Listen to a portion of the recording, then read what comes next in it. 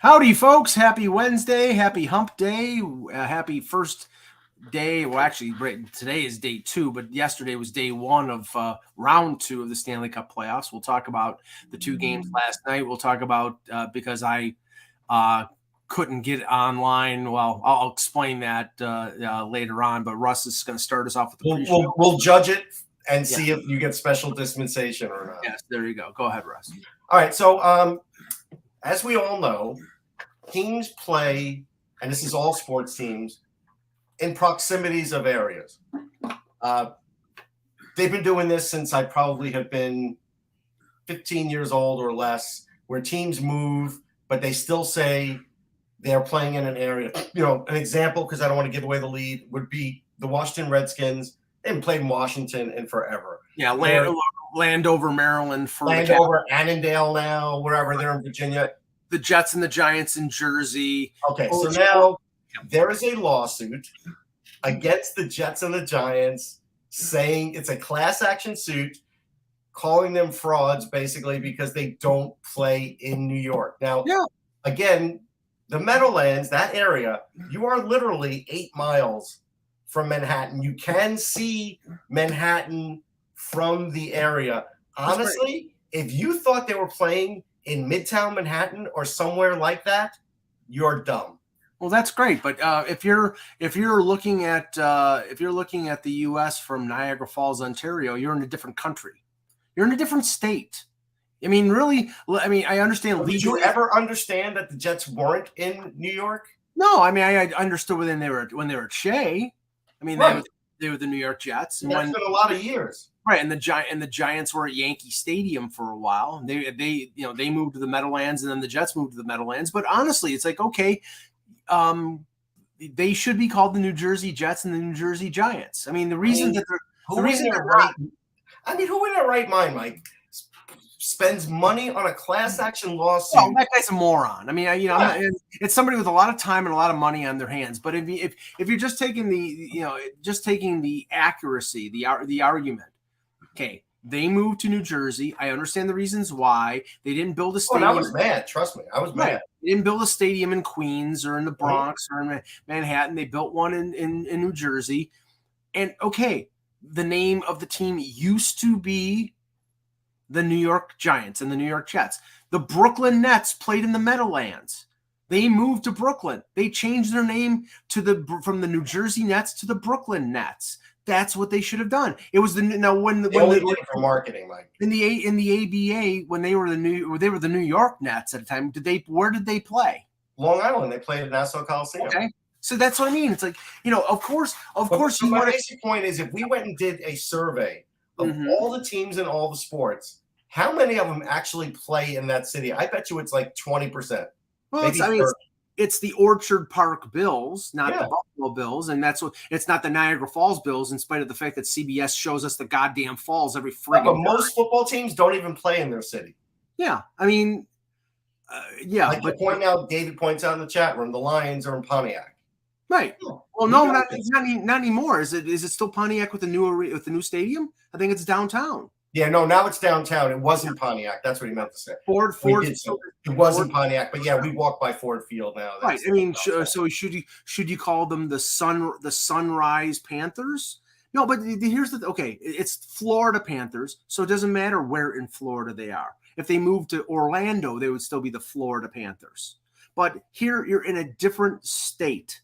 And that's why, like, everybody bristles when they say, well, the Bills are New York's only football team. That's right. They're the only team in New York. I mean, I think it's probably for legal reasons that they haven't changed from New York Giants and New York Jets. Yeah, I mean, they pay taxes in New Jersey. Right. So I mean, but the class action suit should be thrown out because this guy is a wasteoid. Of course. And he's but is he right? Yes, he's right. They're the New Jersey Jets and the New Jersey Giants. But it's true. A lot of teams, and like you pointed out with the Lions, that they've been back for a few years. But a lot of teams have skirted around and have been in the proximity within the 8 to 15 miles. As an example, the Patriots. Right. Yeah.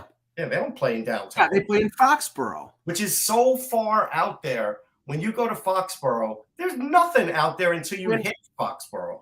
And believe me, I was one of the people, and I understand the reason why, because they would have had to spend $900 million extra dollars and probably lots of federal and state money for infrastructure changes. But the Bills decided to build their new stadium across the street from what used to be called Rich Stadium, Ralph Wilson Stadium, whatever, how many names it has, in Orchard Park. And a lot of people wanted the building built downtown Buffalo near the casino, near the KeyBank Center, because there is an area of the city, the Perry Projects, which has been a waste zone for about 30 years. It's a bunch of federally built slums that need to be basically wiped out, and the new stadium would have wiped it out. And now that's just going to rot even more, and there's not going to be any use. And they're just going to build across the street from the stadium, and then knock down the old stadium and probably build condos on top of it. So, I thought it was pointless. But yeah, anyway. So I'll touch on this one here. Alexander in the chat. Third missed show on your record, right, Mike? Yes and no. Let's vote on this. Go ahead. Okay. So I informed the Leafs in their infinite wisdom decided to, they said 12:30 for press availability for Sheldon Keefe, for Brendan Shanahan, and Kyle Dubas. And it started about a half hour late. Mm-hmm. And Keefe really didn't say anything different than he said after the game. So I don't know. I understand the reason why he did, but whatever, fine. And then Shanahan and Dubas went about a half an hour. And it was about 1:55 when that was over with. And I quickly packed up my computer and got to my car. And for some reason, with my new Samsung phone, and out there, everybody, if you have a Samsung phone, they've been great, but the one I have right now is a piece of crap.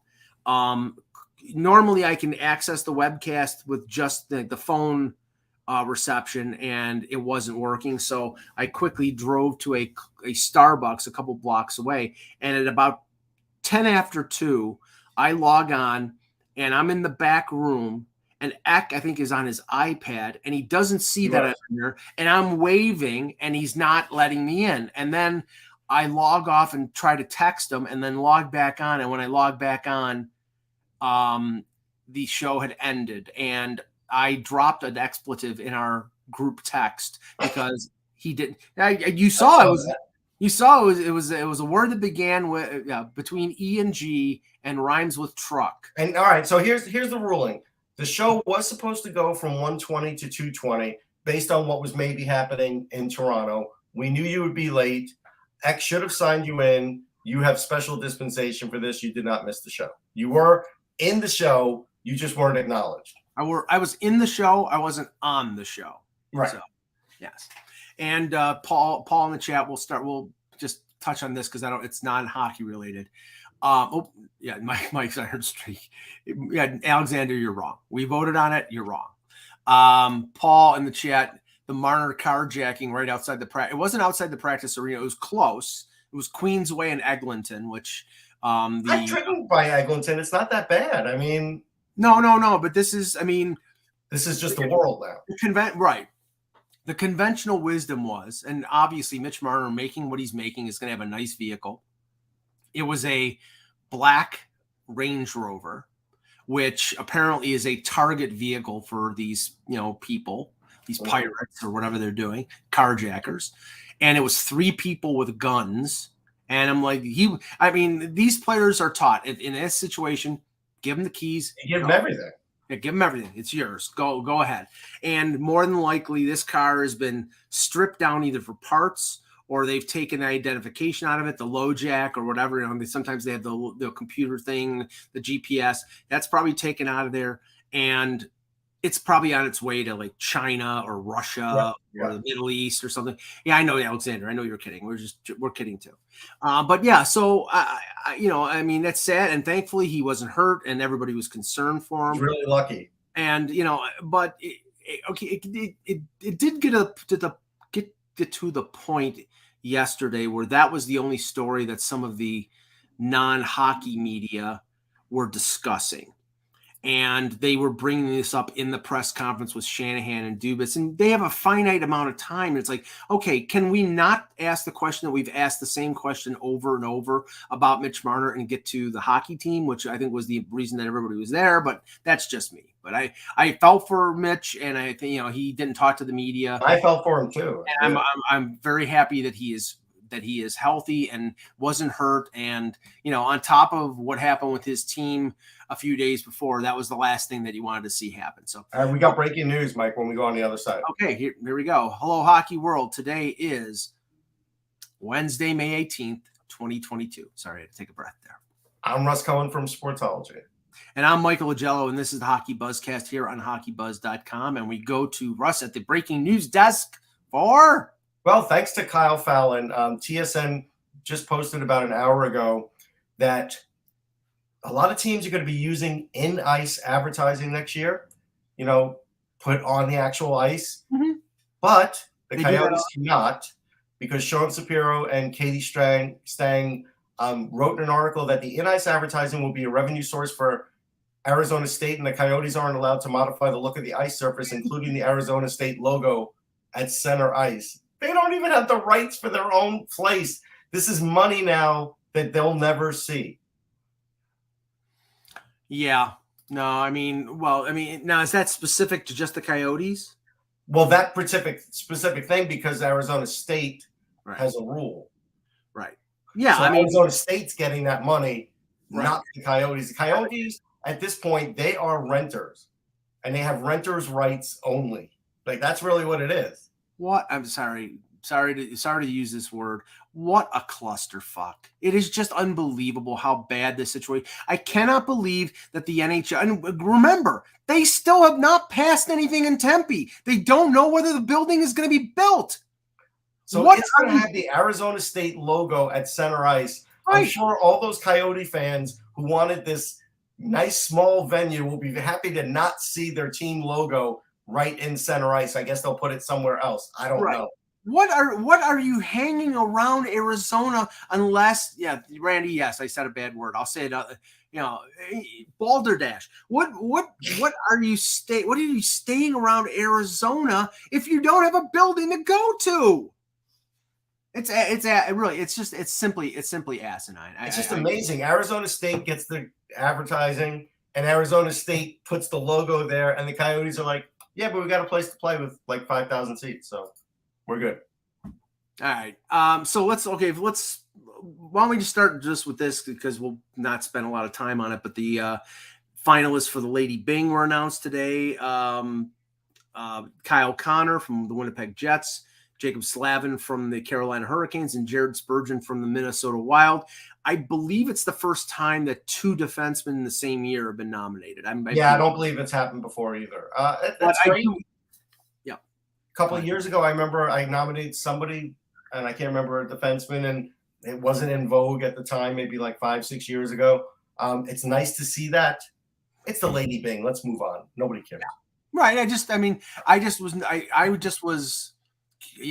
the two defensemen. I mean, honestly, even as a card collector, right, when it would show like the card and the player with the Lady Byng, and Wayne Gretzky had 100 Lady Byngs, I didn't care. I was like, and I remember looking up the award saying, why is this even an award? By the way, I think Connor is going to win it because Connor had, I think, 48 goals and he had 4 penalty minutes. So yeah, I think he's going to win it over the defenseman. But even player-wise, players don't want to really be recognized as Bingers like after the fact. They'll take the award, they'll put it on whatever. Didn't Craig Janney win the Lady Byng or something like that? What I'm saying? They never talk about it afterwards. No, I mean, honestly, it's an award.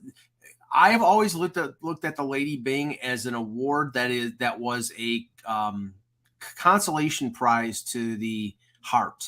Yeah. Because like last year, Matthews was nominated for the Lady Byng, and I think he was nominated for the Hart too, and he finished second in both. And I think Slavin won it last year. It shows how much I know, but about the Lady Byng. But yeah, it's not and I don't think it's an award that a lot of like manly, they really don't want to win it. It would be better if they had a scoundrel award. It would, because at least it would be fitting of the sport. Like this is an award round that's sort of outdated. I mean, how I mean, how many clean hockey players are there? Honestly, the Brad Marchand Award. No, I know, and that's what it probably should be. But honestly, let's the Kenny look at it this Lindson way: how many what you would call clean or gentlemanly hockey players are there anymore? Not many. I mean, the days of Jean Beliveau are over with. Yeah, they've been done for a while. Yeah. So anyway. Okay, let's start with the games last night. The Tampa Bay Lightning carry forth their momentum from their victory in round one with a 4-1 win over the Florida Panthers in game one of the Eastern Conference semifinal in Sunrise. I didn't get a chance to watch a lot of this game. I watched in and out last night and rewatched the highlights. Now the thing here is I thought Bobrovsky played pretty well. It was a 1-1 game going into the third period. Vasilevsky was playing like it was 1-0 for a while too. Right, it was 1-0 for deep into the second period. Kucherov with an unbelievable play on the goal that tied it.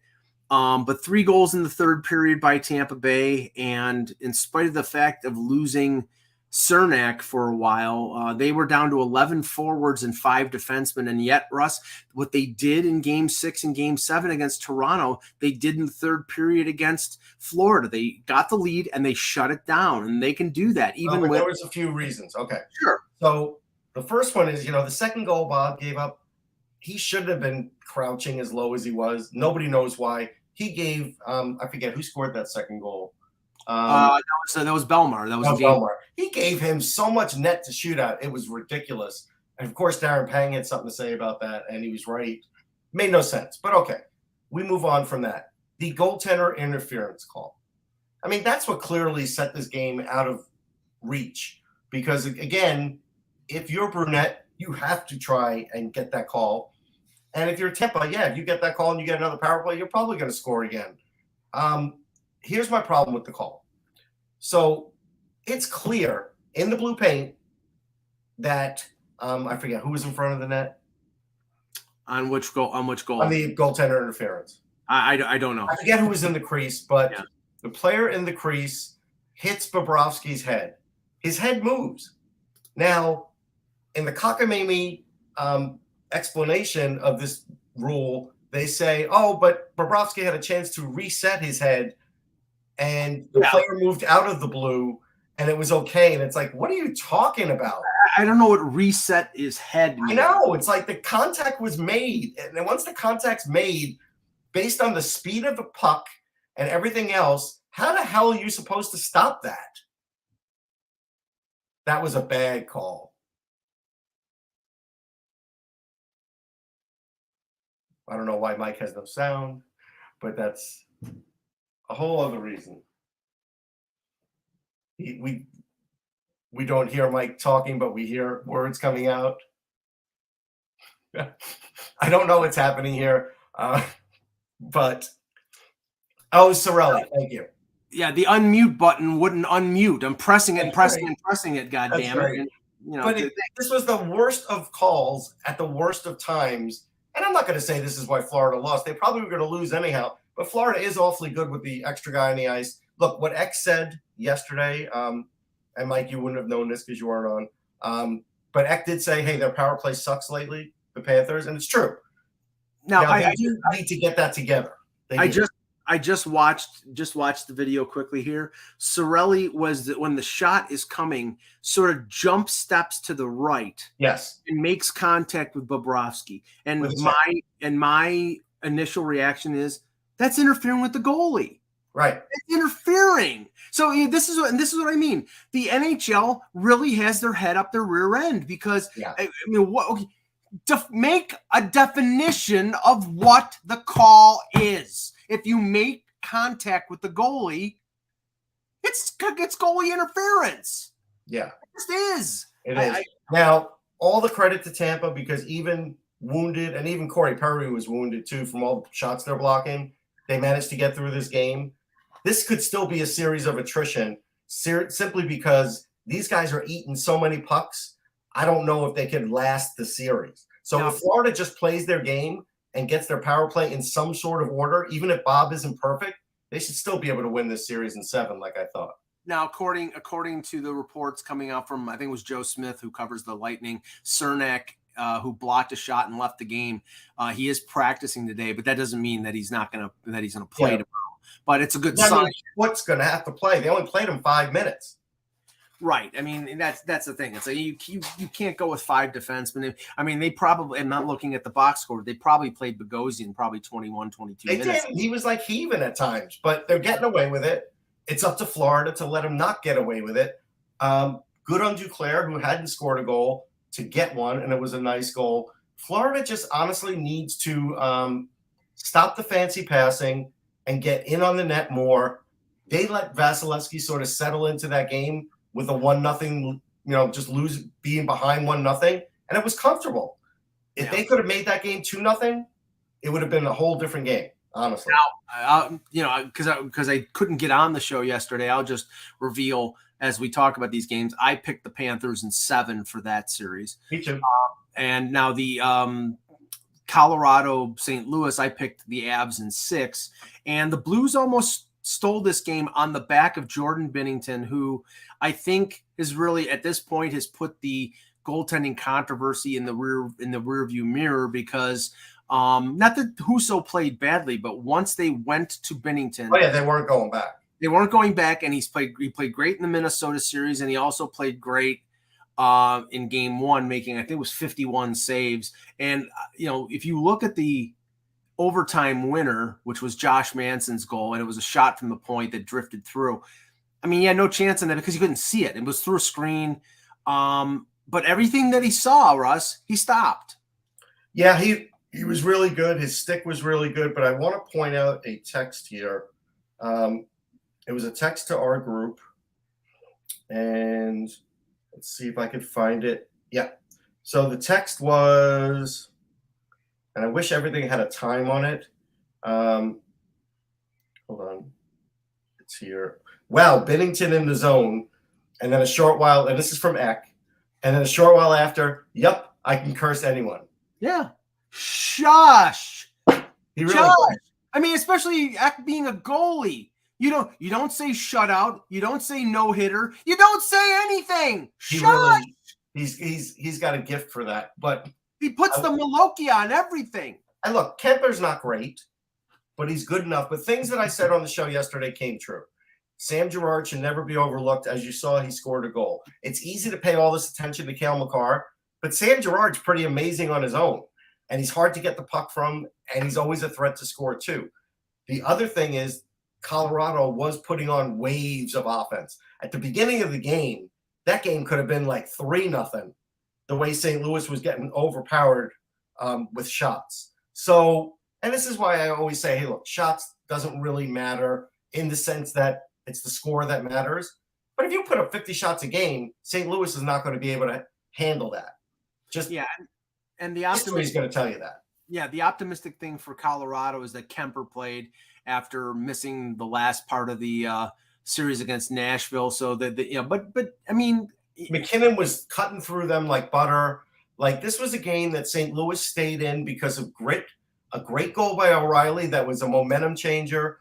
But in the end, they don't have the personnel to beat Colorado. They may have the will and the experience, but the personnel is probably going to win out here. And that's the reason why I said what I said about they're rooting for St. Louis, and somebody poo-pooed that, saying they're rooting for St. Louis to win because St. Louis's defense is really knocked down. It is.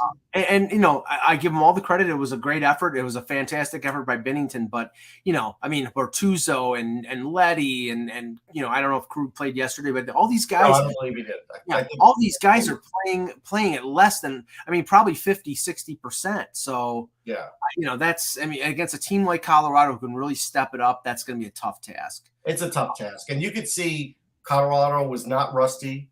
The offense they were already putting on chances the minute that game started. So, yeah, Colorado is as good as you thought they were. Like, people could say, hey, they're not tough, or you're worried about Kemper, or you don't think they have good enough tough defense. But everything else they do with the puck possession and the speed and the offense is exceptional. Timothy, I have the Avalanche winning in 6. So that was my prediction. Okay, so why don't we talk about it? Really matters. Like Kevin Allen says, we're going to be wrong a lot of the time, and we know that. Well, okay, Timothy, I was 7-1 in the first round, but I do suggest do not bet what I'm predicting because I don't want you coming after me when I lose. Even a schlub like me was 6-2, so whatever. Yeah. So there you go. Okay, why don't we talk about the 2 games tonight? Jan Levine may be dropping in on us in a few minutes, and if he does, we'll drop what we're talking about and talk about Rangers and Hurricanes. But let's start with Calgary Edmonton, Russ, because I mean I'm looking forward to this. Since 1991. I wish it was like 1991. I wish it was blood sport, because that was like. I mean, those 2 teams, that era, that was just, I mean. 1991 wouldn't be bad because it's only 5 years since the Mets won a World Series, so I wouldn't be feeling as bad about it. And 3 years away from the Rangers winning it, but so yeah. Right, I still would be a little. You're right in the sweet spot right there. Yep. So we'll just touch on this series quickly. I mean, the one thing that's interesting is Chris Tanev, who missed the latter part of the game, the series against Dallas. He skated this morning, and he's a big piece for Calgary in terms of being the part of their shutdown pairing. But there was talk. Did you hear Sutter's answer to the media about is Tanev or others available? And he's like, anybody who's been on the ice is available. Right. So it's like so basically, if they he's not giving away anything. He's not giving away. I know. If they have a team dog, that dog is potentially available for this game. That's basically what Daryl Sutter's telling you. Now, the interesting thing is, and we'll see how this plays out. I mean, we heard at the end of the LA series that Draisaitl was dealing with, I think, a high ankle sprain. Yeah. We'll see how he moves around because I don't care what you do, shoot it up, whatever. You can't skate well with a high ankle sprain. If it's not a high ankle sprain, then he should be able to move. And if it is, I didn't think it was that severe, but I'll have to relook at him again. Right. I mean, I'm going to see how he's moving around. But I'm telling you this, the key to this series, and I picked the Flames in 6. I think the Flames are going to go at McDavid head on. They're going to try to be physical with him. And I think that, great, Zach Kassian and a few of the other physical Oilers may try to defend him, but I think that's what Calgary is going to do. They're going to go head on against. Yeah, try and do that. If they can't catch him, that's great. But I think they're going to be physical with him. I think they're going to hit him into the boards. I think they're going to do anything to throw him off his game. And if they, I mean, I'm not saying they're going to go out and purposely injure him, but it's it's physical hockey, and you can get hurt. But especially you hit with him traveling at the speeds that he travels at. Now, Matthew Tkachuk always gets stirred up with the Oilers. I know there was a whole thing with Zach Kassian. If Zach Kassian is he's doing his job if he takes Matthew Tkachuk off of his game, because Zach Kassian is a non-talented piece of crap. And Matthew Tkachuk is a physical player who has a lot of talent. Zach Kassian's been doing this his entire career with Buffalo. He did it in the OHL. He did it with Montreal. He's done it with Edmonton. He will try to cheap shot somebody. I don't like him as a player. I never have.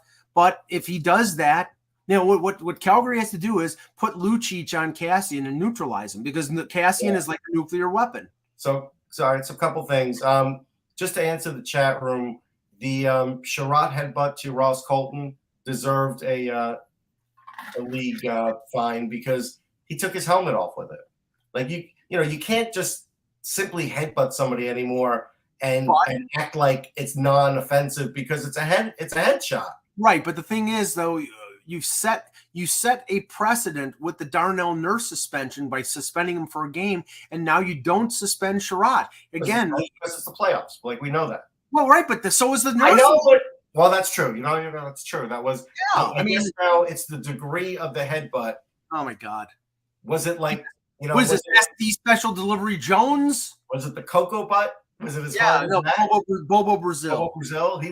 He was the guy, or was it Jimmy Snookerhart? Like, we just, we need to know what degree that we're talking about. That was what was unbelievable, that the coconut could actually hurt Jimmy Snooker's head, because based on what they said, Jimmy Snooker's head together coconut.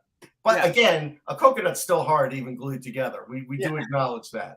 Hanks and Castaway. There you go. Going back to the series.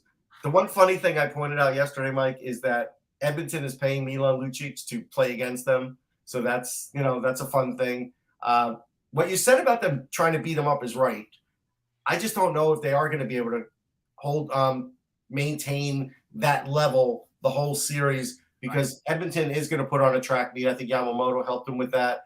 Evander Kane's been one of the best players in the playoffs, Mike. We may not like him, but he's been super effective. Like we acknowledge that. But like Kachuk, Evander Kane. He's no William Nylander, but he's something. Like Kachuk, Evander Kane can be thrown off of his game. So if Lucic or somebody else like that, or Kachuk gets in his kitchen, I mean that's the thing that is going to be so interesting about this series. There are so many little subplots. Kachuk, Lucic, Cassian. These teams. Here's the thing: home ice to me means nothing. These teams know each other. They know each other's barns. They know each other inside and out. Emotions are going to run high the whole time. It's going to be the guys who have the level-headedness in key situations that are going to win. Just because Calgary's got this way better all-around team, they didn't score against Dallas. They need to actually score. But I think the determining factor in this series, and I'm sure everybody will be shocked when I say this, will be the goaltending, because Markstrom is a good goaltender, and Mike Smith at times can be, but most of the time is Mike Smith. Yeah, what's funny? That is true. But if Calgary plays this tight to the vest where 3 goals is winning every game, if you let Edmonton into a game in the third period, they only have to score like 1 goal to tie and 2 to win, you're in trouble. I think, the thing is, again, that's what Dallas was giving them, but Edmonton is so much worse defensively than Dallas. Yeah, but they're going to try and hold on to the puck. That'll be their – Edmonton doesn't have Klingberg, Heiskanen, and Lindell. No, they don't. So, Evan Bouchard's having a hell of a playoff. But Evan Bouchard is a really good young player, but Darnell Nurse is playing hurt, and Duncan Keith is older than Methuselah. So it's like, I know Randy has guaranteed a Calgary win, or he's going to streak down the red mile. I get it, but God, I don't want to see that. I mean, that's just what I read in the chat room. That's all. Okay. Hopefully Jan will drop in here in a minute here so we can talk about, but I just saw a little interesting. Let's talk about the press conference yesterday. You were there. You didn't get to talk about it. I don't want to cut that off when Jan comes on. So how do we know Jan's coming on? He says he is, but he said he is. I'm going to take him at his word, and if he's not, his word is mud. So okay, let's talk Rangers and Hurricanes. Okay. I just want to let people know I will be there at Game 3 covering, so I will have a good feeling of what's going on at the Garden, because I've been there a lot of different times, cup times, other times. I do feel like right now they have a pretty good home ice thing going, but they don't have home ice advantage in this, so that's a factor. Yes. I just saw an interesting little note from one of the beat reporters, and there you go, Jan, perfect timing. While he gets his camera straight on. King Kong Bundy mentioned in the chat room, my former neighbor. King Kong. I used to see him at the post office. King Kong Bundy, yes. Yeah, Jan is not King Kong Bundy. I've had many conversations with King Kong Bundy. But Jan, we're just starting to talk about Rangers and Hurricanes, and I saw the note online from is it Vince Mergliano? I always butcher. Mercogliano. Mercogliano. Thank you very much. That Sammy Blais is skating at the morning skate. Now, is this just subterfuge, or is there actually a chance that he got hurt? He had an ACL tear in November, and it's May, so that's what, 8 months. 6 months, but actually since the surgery, it's been about 5 months. So he's just skating now. Is he an option for this series? No. Is he an option if they advance? Feasible, depending on where he actually is in terms of the recovery, how much skating he can do over the next week or two, when that next series start. I mean, the same thing also. Barclay Goodrow right now has a walking boot on. He's still got a cast on. I don't believe he's actually skating. Yeah, I thought he was closer than that. That's a shame. Gallant hasn't said anything. He said he's not sure if he skated. I mean, granted, they said originally when he was hurt, he would be out weeks, right? If it's clearly a broken bone, it's going to take a while to heal. So my view on that was probably looking at a 4-week absence. But, as we saw, Tristan Jarry probably returned earlier than we expected. We saw him limping a little bit. You saw him with the ice pack on after the game. Obviously, the starts and stops from a goalie is different than a player, but the amount of wear and tear a player is going to put on his legs also, and having not skated, I would view him as maybe an option in game 6 or 7, possibly, if it goes that far. Yeah, but I'm not expecting either one of them to be an option in this round, though Goodrow is probably a little bit closer than Blais just because the length of time he's been out is a lot less than Blais and the type of injury he had. So I look at this series, and I want to get both of your opinions on it. I look at this series, and I think that especially with Ranta or Koshikov, right? With both of them, Shesterkin, even though he played, I think, badly in the first 4.5 games against Pittsburgh. Actually, not game 1, because game 1 he was fantastic. He didn't play bad. It was great game 1, and he won game 2. Games 3 and 4, not game 2 because he won game 2. It was games 3 and 4 where he got pulled. 3, 4, and 5, he was not good. But games 1, 2, 6, and 7, he was really good. He's the distinct advantage over whoever Carolina puts in net. But in other areas, especially the defensive situation, Jan, start with you. I mean, I think that the Rangers defensively. I mean, Lindgren came back, but for the whole of that series, they were below the what I thought they were going to be defensively. Yeah, I mean, absolutely. It's kind of what I wrote today. I mean, I thought so. I'll take the first pairing. Adam Fox did not have a particularly great series. Clearly, he missed Lindgren when Lindgren was out. Games 2, 3, and 4 was he struggled with Justin Braun, and Justin Braun struggled in general in that series. Fox was obviously a lot better when Lindgren came on. He's the safety blanket, for lack of a better term. And Lindgren was banged up. He's banged up. He's probably not going to practice at all. You're going to see a lot of maintenance days, but he's not expected to miss any games, but he should be in the lineup all the time. Trouba was not good at all. Now, I don't think it was because he was basically antsy after the original hit, earlier in the series, where all that consternation in terms of the hit that he gave. But he did struggle. He was taking advantage, not physically, but more so his lack of speed sometimes. You could almost say, Jan, he was the MVP of that series for knocking Crosby out, though.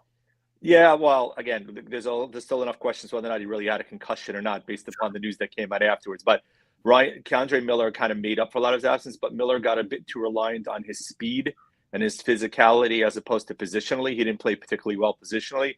And the third pair was pretty much, it was Nemeth or Braun. Neither one of them were good. I thought Braden Schneider was good. I think if the team goes to 5D and rotate periodically, you're going to see Braun or Nemeth being the odd man out. And Gallant's going to have to rely somehow on that third pair, intersperse them as best as he can, because he can't play the top pair 25, 26 minutes a game. He can't only give the bottom pair 8, 9 minutes a game. It just doesn't work, especially given the depth that Carolina has up front. But Russ, what they can do, and maybe Gallant puts Braun in and uses Braun as a penalty killer, because Braun was a penalty killer in Philadelphia, to take some of the minutes away from some of the other guys. But yeah, you can't play 5 defensemen and rotate. You have to have 6, and you have to have that 6th guy playing at least a few minutes. Yeah, what I would do is I would be using Braun because he eats pucks. The Rangers don't have enough guys that block enough shots. Braun is great at that. Even if he's not having a good game, he's good at that. Nemeth's not really good at anything. So to have Nemeth in there is just a detriment, I think.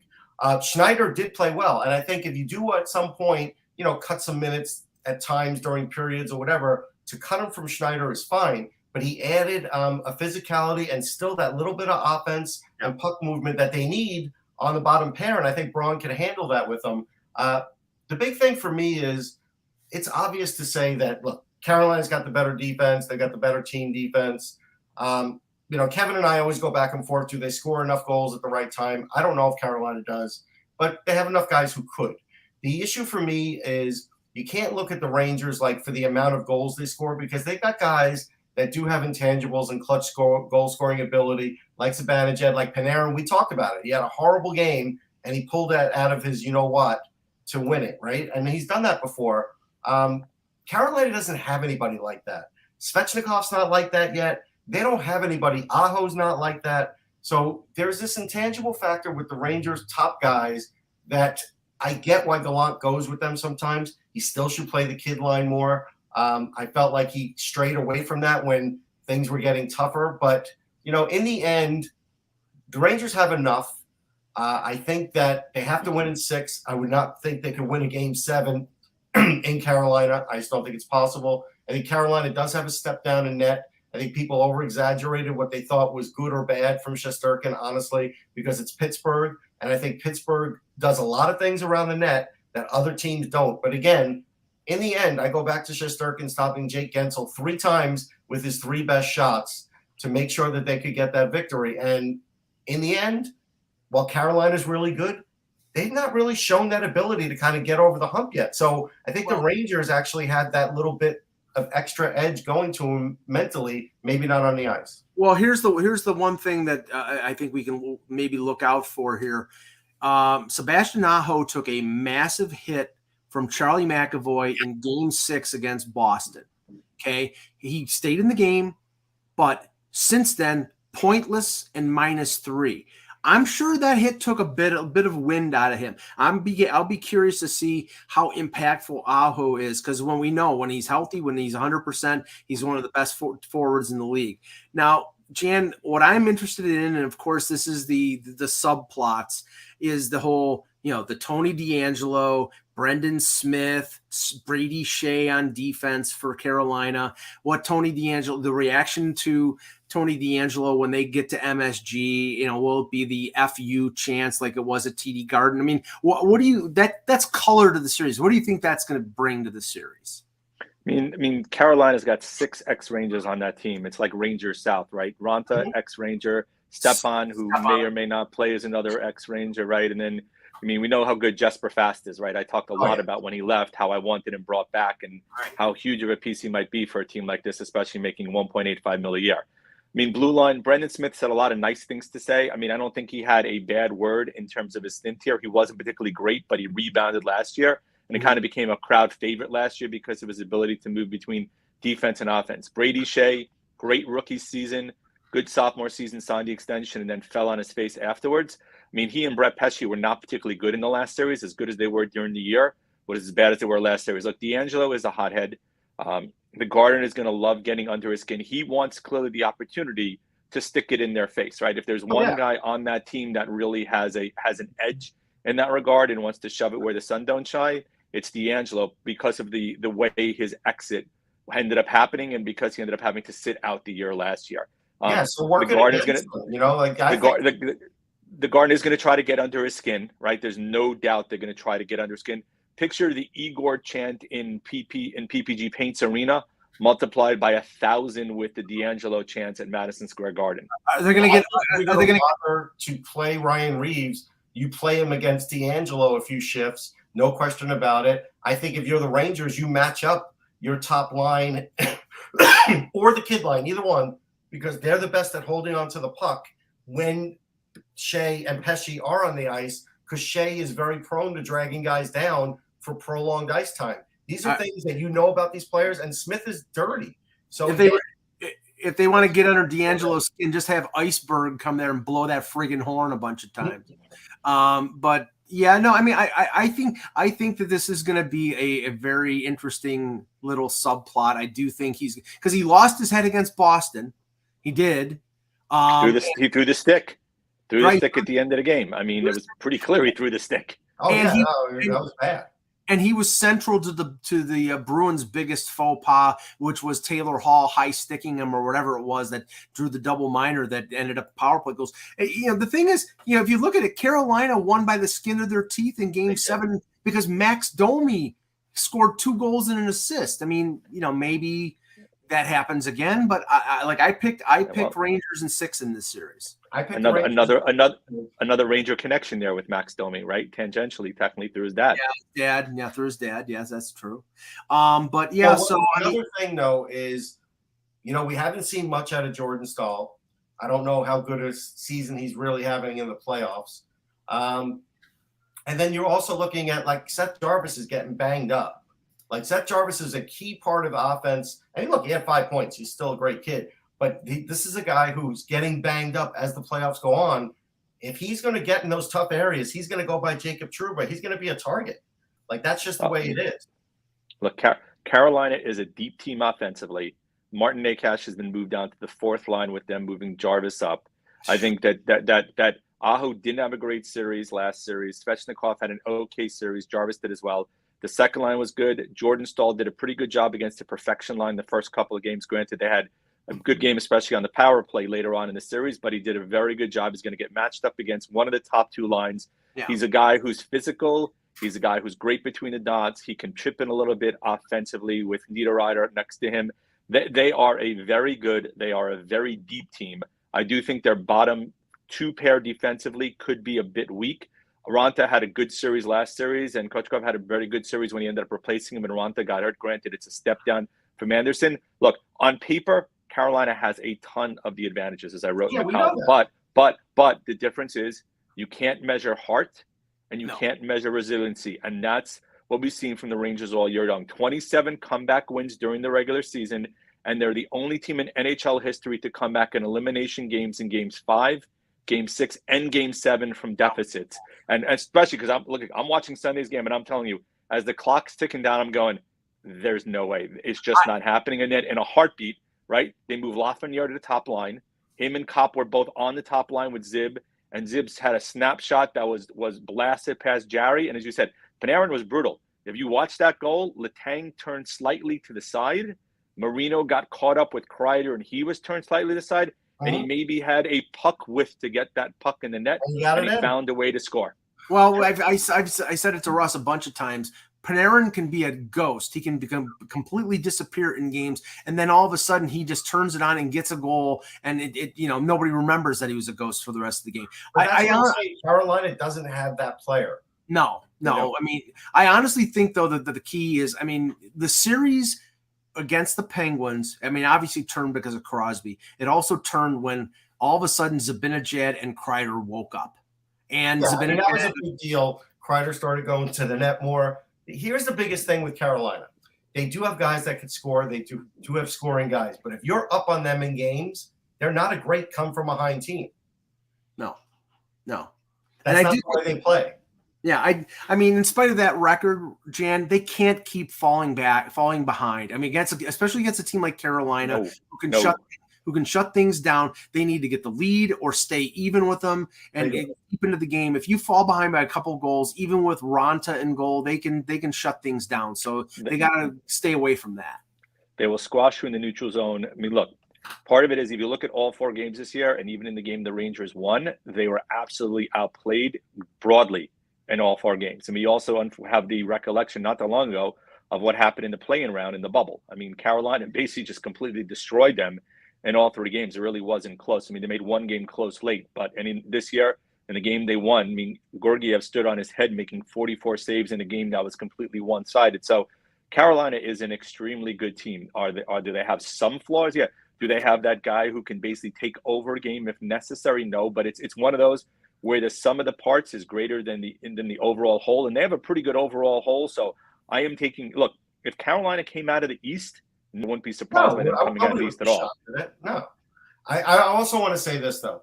Carolina is still Bush League for geotag and the New York fans. I know they do this every year, but you know what? The league should really put a stop to it, because how do you know there's not Carolina fans in New York that want to go see them play?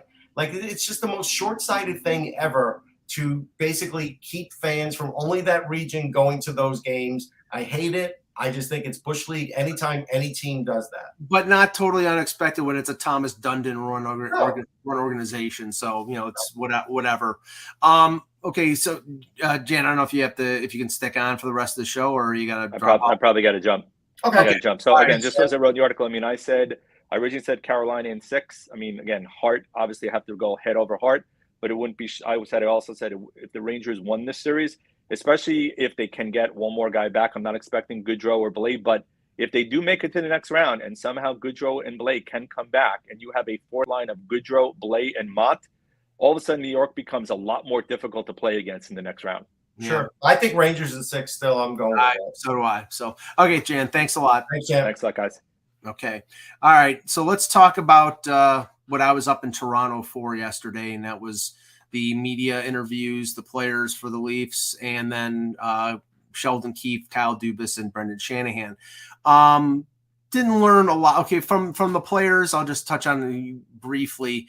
I think Jason Spezza wants to come back. I think that the Leafs probably want him back, but I think the one thing that I sort of grasped on is his role. I mean, if he's going to be a 13th or 14th forward and plays every other game, then I think he's going to retire. If they think he can play like the number of games that he did, they gave him rests in like second of back-to-back games. But if he's going to play 60, 65 games and he plays, 10 minutes a night on the fourth line, I think he'll be back. I think that's important because I think there's a lot of respect for him in the room.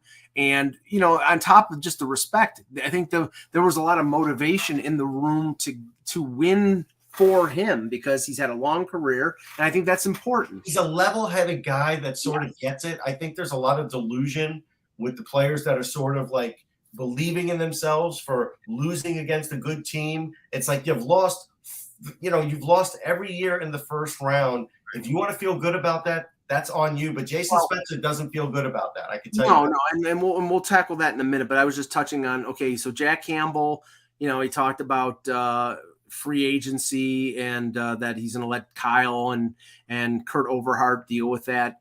I can just tell you that, they like Jack Campbell. They think he's a good goaltender. Do they think that just what I picked up on, if he's asking on a free agent deal, if he's asking for say 4 years and $5 million, he's going to be getting that someplace else. His agent is a very tough negotiator. I get it. And that's why I think it's a 50-50 shot that either he's back for a little less of a salary, maybe in the fours, or if he wants to stay, or if he wants to hit it big and make as much money as he possibly can, which I don't blame him because he's been a backup and not making a ton of money. And this is maybe his best and last chance to make money. Then I think that they're going to go the way of either a free agent or make a trade for a goaltender, like if John Gibson's available or Varlamov or whatever. I don't know. I just know that I think that's their number one problem this offseason. That's what I'll say. Right. So the other thing is, it sounds like Mark Giordano, they want to bring him back. He wants to be back. He, I think, likes his role there. He could be a top four. He could be a bottom pairing, but he'll get a lot of minutes. He's from Toronto. I think they'll get it done. I don't think it's going to be $750K, but it's going to be probably $1.5 million or $2 million. And I don't know if he's going to do it every year or a couple of years, but I do think that that's possible. And if that happens, then you can say probably goodbye to Justin Hall. So they have to open up the cap space to be able to. Okay, what you said, I mean, I picked it up with Matthews. I picked it up with Dr. Nylander and Mr. Willie. We don't care what the fans think. We don't care what the media thinks. We have belief in this team. And we're confident that we can win, even though we didn't win for the 6th year in a row. That is clueless. A couple of different pieces around them, yeah. That is clueless. I mean, and honestly, if the organization, and this is the thing, we'll get to Dubas and Shanahan in a second.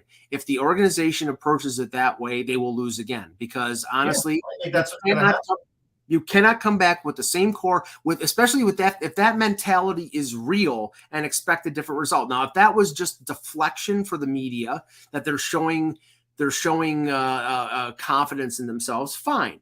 But to me, it didn't smack that way. It smacked that they actually believe that the bull crap that they're floating. And I honestly don't. Shanahan's got the job security. Nobody else on that management team. No, but I'm talking strictly about the players. I get it, but I'm just saying. It matters. I just think they're rolling this out one more time because of where they are with the cap, where they are with a lot of other things.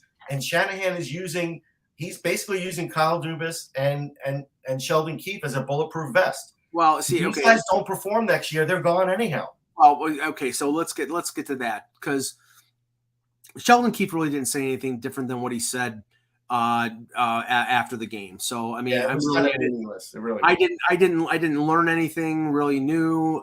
So other than, somebody asked him a question about his relationship with Dubas, and he basically said, well, Kyle and I can argue about things and still come together, blah, blah, blah. I'm like, oh, fine, whatever. That's good. It's good to have a working relationship. That's better than Dubas and Babcock having knives out for each other. Sure. So Shanahan and Dubas, and I'm writing about this right now, if you contrast the comments made last year after losing to Montreal to this year after they lose to Tampa, and look through all the subterfuge and BS of, we lost to the 2-time Stanley Cup champion, which is, I think, a self-defense mechanism. It's a deflection. When okay, I'm not sure what happened with Russ there, but I'll monologue here.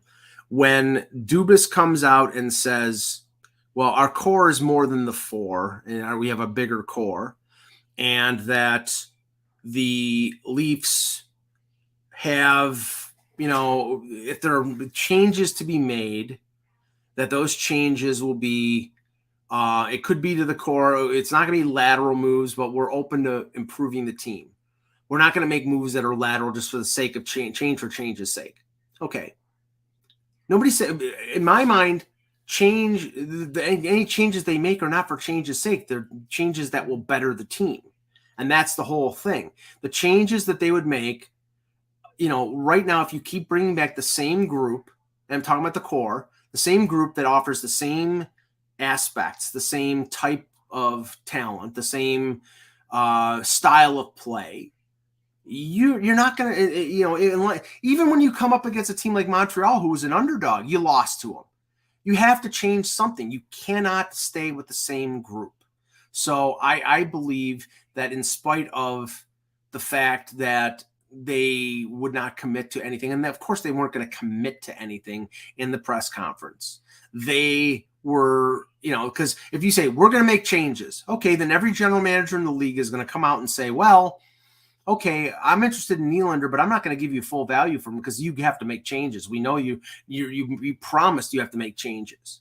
So I think they're going to, they're not going to move Marner. They're not going to move Matthews. They're probably not, I would seriously doubt they're going to move Tavares because of his contract, and he's got a no move clause. And if you tried to move him or approached him about moving, you'll never get a big time free agent to come to Toronto ever again. So that's out.